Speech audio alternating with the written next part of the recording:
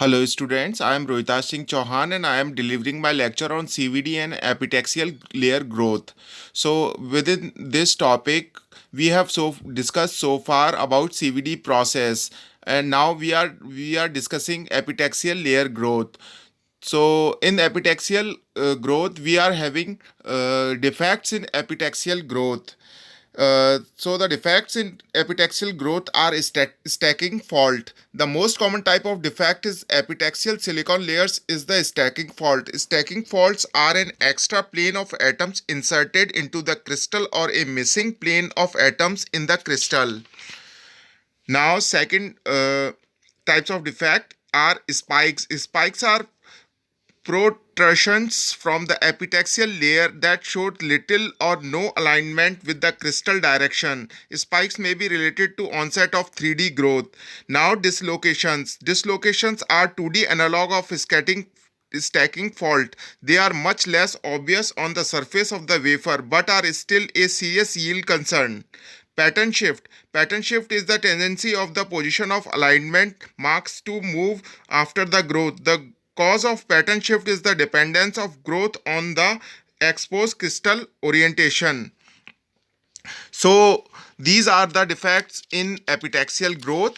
Now we begin another topic, that is metal organic CVD, MOCVD. MOCVD began in late 1960s. MOCVD is sometimes regarded as competitor to MBE. It is capable of growing high quality third and fifth devices with automatically abrupt interfaces. MOCVD is not used for epitaxial growth of silicon since suitable inorganic sources are readily available. Now, growth system for MOCVD can be divided into three subsystems: gas delivery system, reaction chamber, gas exhaust system. Gas delivery system. In this system, the typical OM source for MOCVD consists a bubbler in a controlled temperature bath of glycerin and water. The liquid in a constant temperature bath has S2 bubble to obtain OM vapors. Reaction chamber. There are mainly two kinds of reaction chamber: wedge shaped horizontal reactor, stagnation point flow reactor. Now, gas exhaust system. The gas exhaust must allow the system to operate at controlled pressure. Most of the early MOCVD system was run at 1 atmosphere. It has been found that growth at reduced pressure can improve uniformity and layer abruptness. Now we are having molecular beam epitaxy. Molecular beam epitaxy, or MBE, is a non-CVD epitaxial process that uses an evaporation method. This method was known since early 1960s, but it was not used because of two major reasons. Quality was not commensurate with device needs. No industrial equipment exists.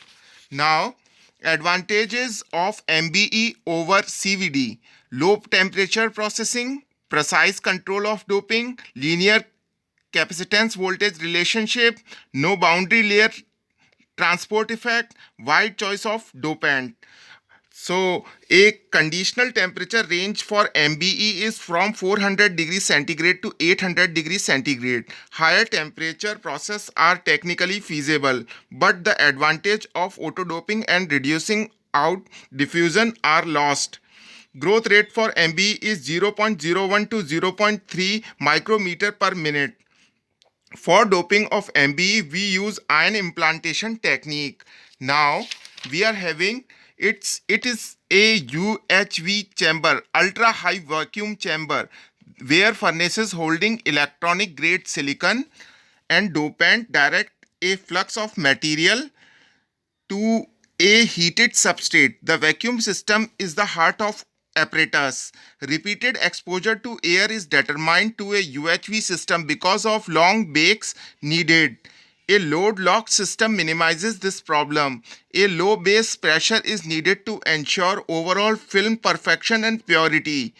Because of its high melting point, silicon is volatilized by electron beam heating. In electron beam heating, dopants are heated in a furnace. A constant flux is assured by the use of closed loop temperature control.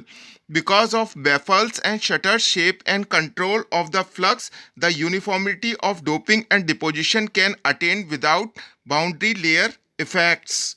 So the slide shows the schematic of practical MBE system. So this is all about MBE system, molecular beam epitaxy system. Thank you.